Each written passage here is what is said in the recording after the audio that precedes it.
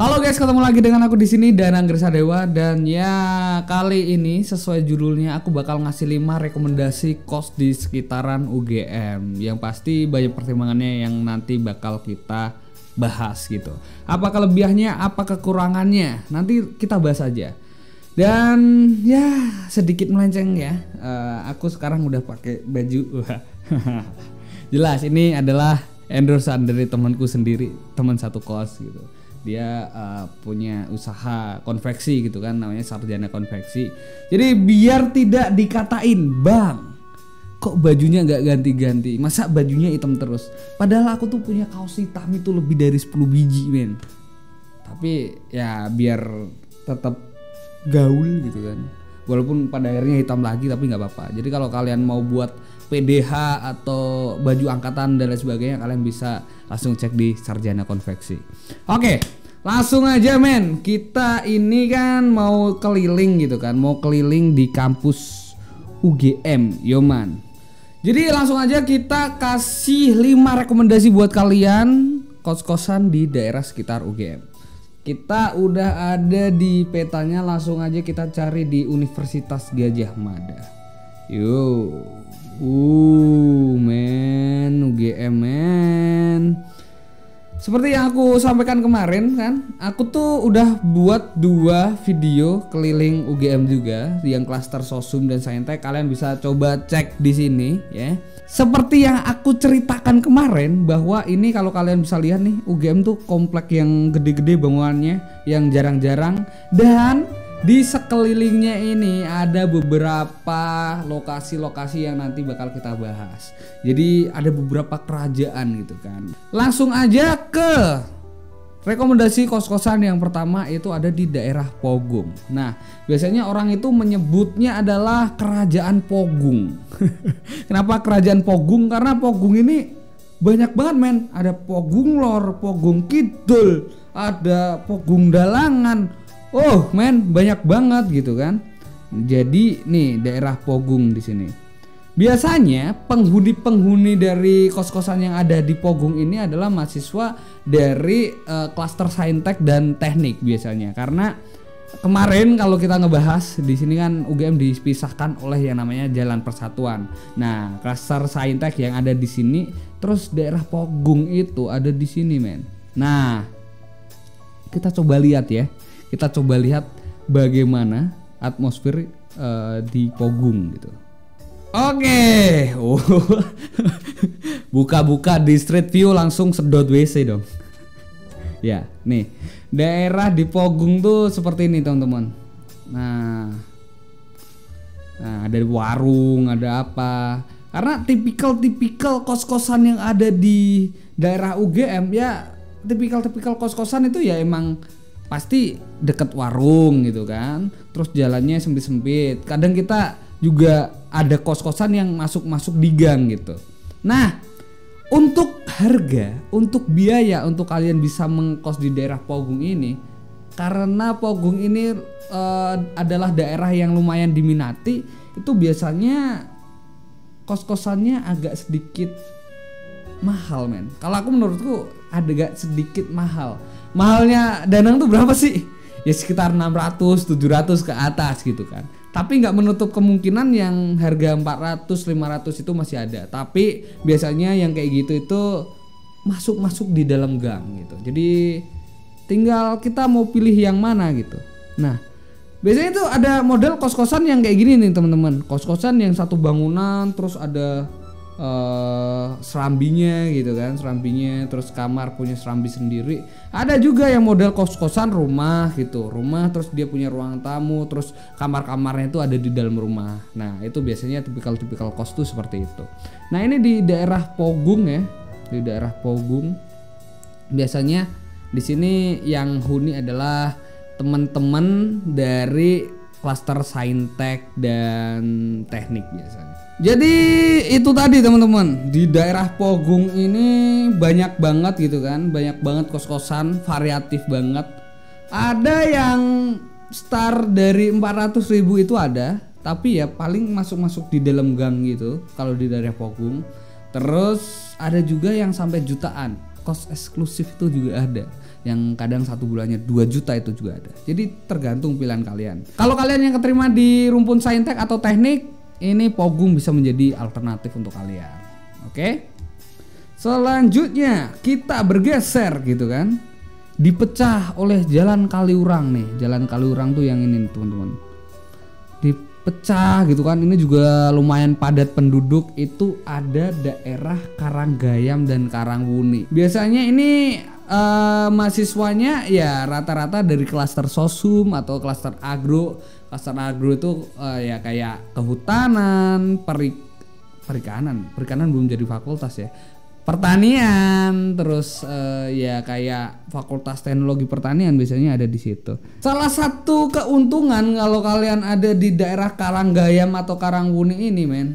Wah, kalau kalian nyari makanan tuh ada kompleks sendiri. Ini ada di jalan ini, teman-teman.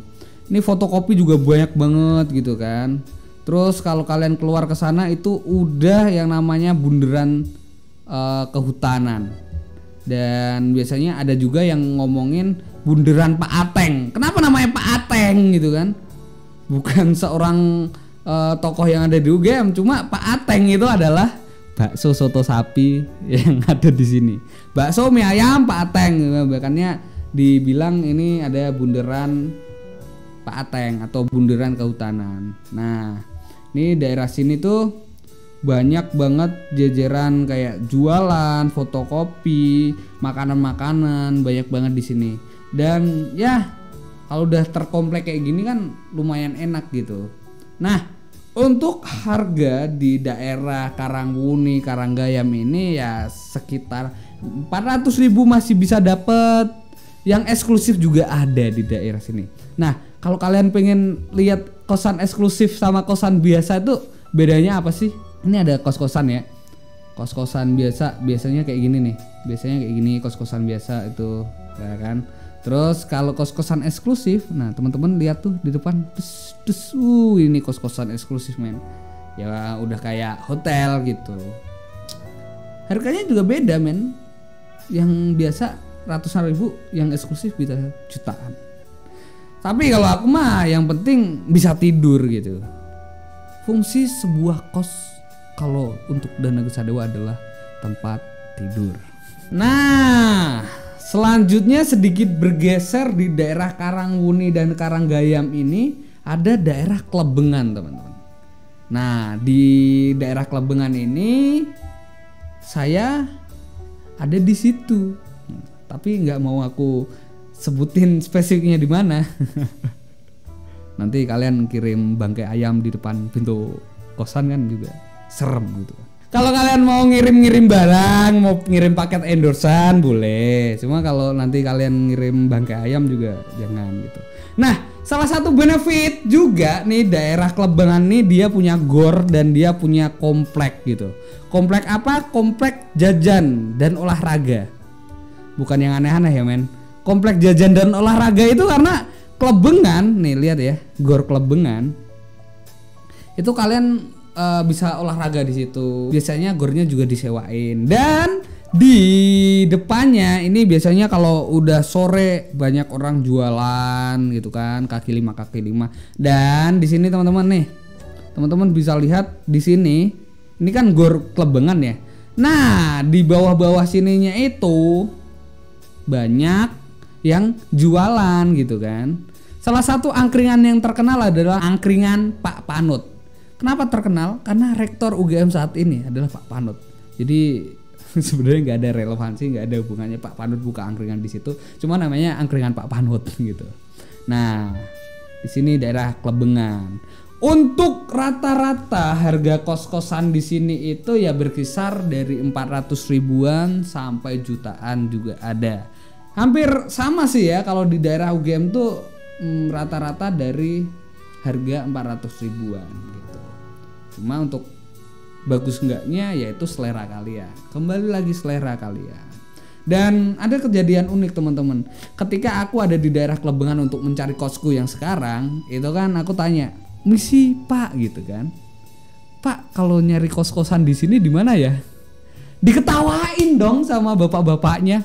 "Mas, ini dari deretan jalan ini sampai deretan jalan sono, dari ujung-ujung sono itu kos-kosan semua, Mas. Sampean mau tanya kos-kosan di mana, itu kos-kosan semua.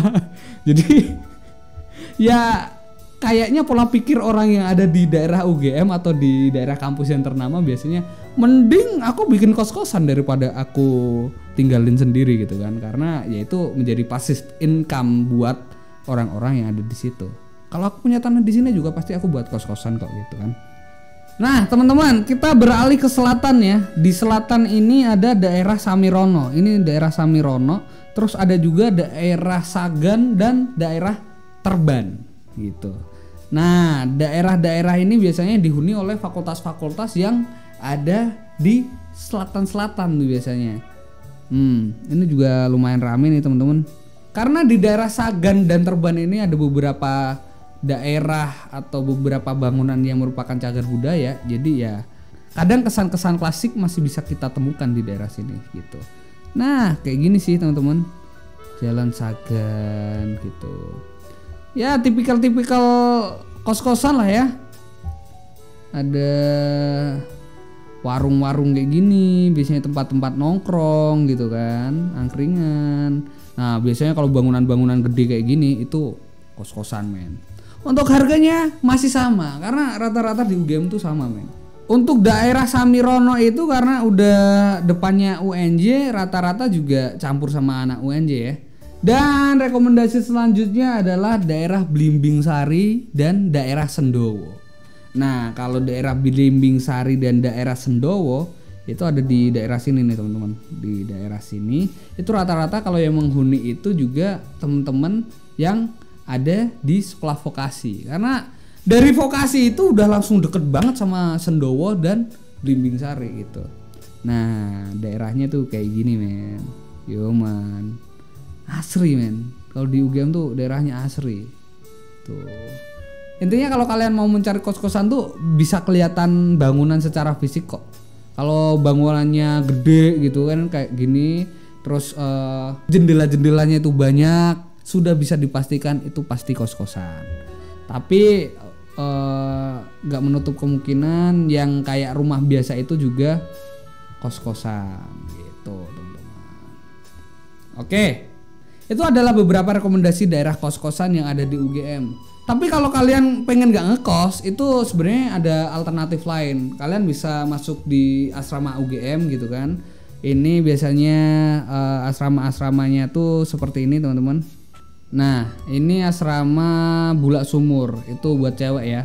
Asrama-asrama UGM-nya tuh kayak gini. Ya besok bakal kita bahas ada asrama apa aja sih ya di UGM.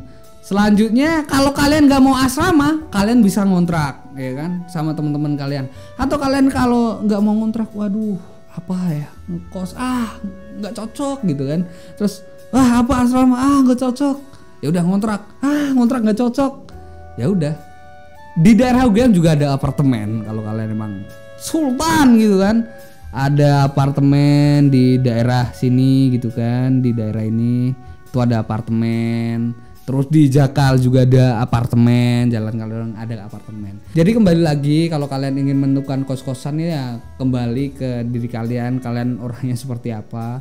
Kalau kalian kos-kosan kok hanya dibuat untuk tempat tidur ya, kalau aku sendiri mikir untuk spend duit lebih ke yang lain, kos-kosan buat tidur aja. Tapi kalau kalian emang orangnya introvert, mungkin kalian punya pertimbangan lain, kos-kosan harus bagus dan lain sebagainya.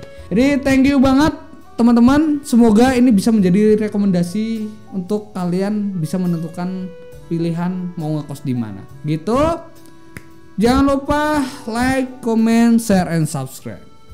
See you. Dikelilingi oleh banyak kos-kosan. Loh. Wait. Kok sampai hutan? Kok sampai hutan? Ini gimana kok sampai batang? Loh, apa ini kok sampai batang?